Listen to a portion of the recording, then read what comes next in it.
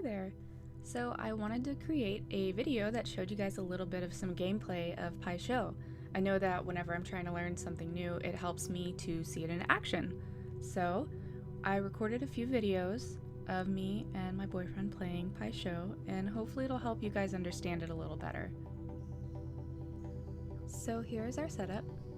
Each player will kind of adopt a different way to set their tiles, but for me, this is how I like to set mine up.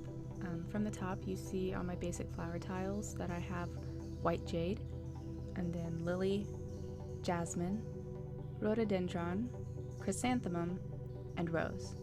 And whenever you place the tiles in this order, it just kind of helps you figure out which tiles harmonize with each other. For instance, if I choose rhododendron, the tiles on either side of rhododendron harmonize with it. If I choose lily, the tiles on either side of lily are the ones that harmonize with lily. If you choose one on the end, such as rose, then chrysanthemum and white jade harmonize with rose. As for the accent tiles, I usually just place them in a group of 4 next to the basic flower tiles, and then I set the special flower tiles off to the side as well. So next we're just going to go ahead and watch some gameplay, and I'll kind of explain what's going on, and hopefully it'll help you follow along. As always, the guest goes first, and he chose rhododendron. So both of us start out with rhododendron to the left of us in that gate. It's still his turn because he is the guest, so he gets to choose a basic flower tile, and in this case, it looks like he chose jasmine. I decided to go with chrysanthemum, so I'm going ahead and trying to play my move there.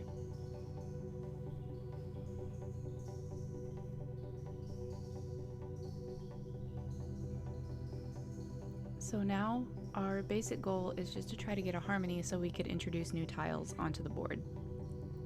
As our turns go back and forth, we are just trying to line them up while applying all the rules to each flower, knowing that some flowers can only go in the neutral garden, other flowers can only go in the white and red. And once one of us creates a harmony, we can start getting the game really rolling. We could introduce other tiles, whether it be basic flower tiles or accent tiles. So early on in the game, you're gonna want to try to push in some basic flower tiles just so you have some pieces to work with. As you saw, he made a harmony, so he got to choose a second tile to place in, or excuse me, a third tile to place in, and it looks like he chose rhododendron again, which is totally allowed. In fact, one of my favorite strategies is to choose 2 of each flower that harmonize with each other, so that way you could just make a square. It's one of the more simple strategies, but I feel like it's a good starter if you're just trying to get a feel for how the game plays. After I created a harmony, I took a little time to figure out what I was going to do, but in the end I decided to go with jasmine.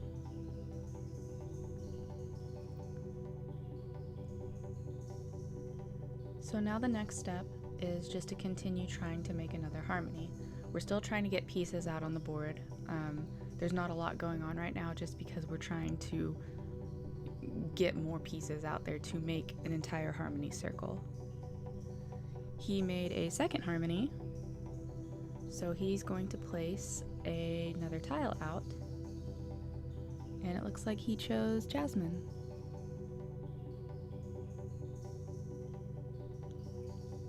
So a good thing to note here is that whenever you're trying to make a harmony ring, you can't go through the midpoint of the board, you have to go around it.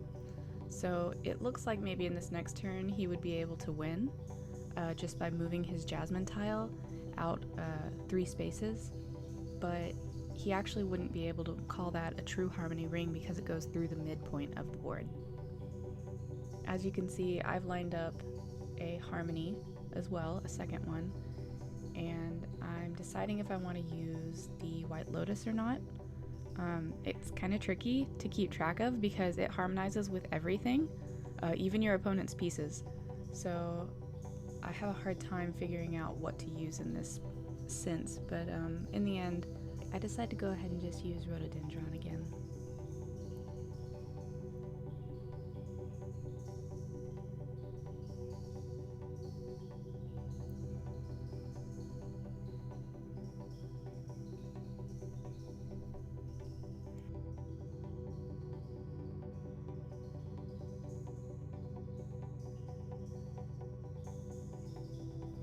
For my bonus move, after creating that harmony, I decided to use the wheel and go clockwise, so that way it kind of messed up his tiles.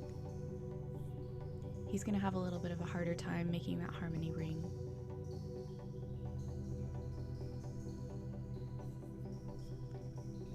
At this point, he can see that I am on my way to making another harmony and potentially winning the game on the next turn. So he's going to do his best to create another harmony and use that harmony's bonus action to block my move or somehow stump me, so I won't win on the next turn.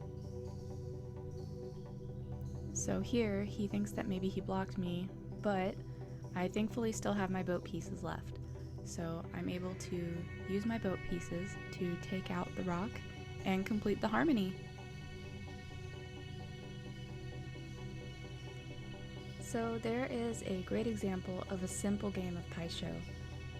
We got to see a few of the basic flower tile pieces involved, and you got to see a couple of the accent pieces involved, but it didn't get too detailed.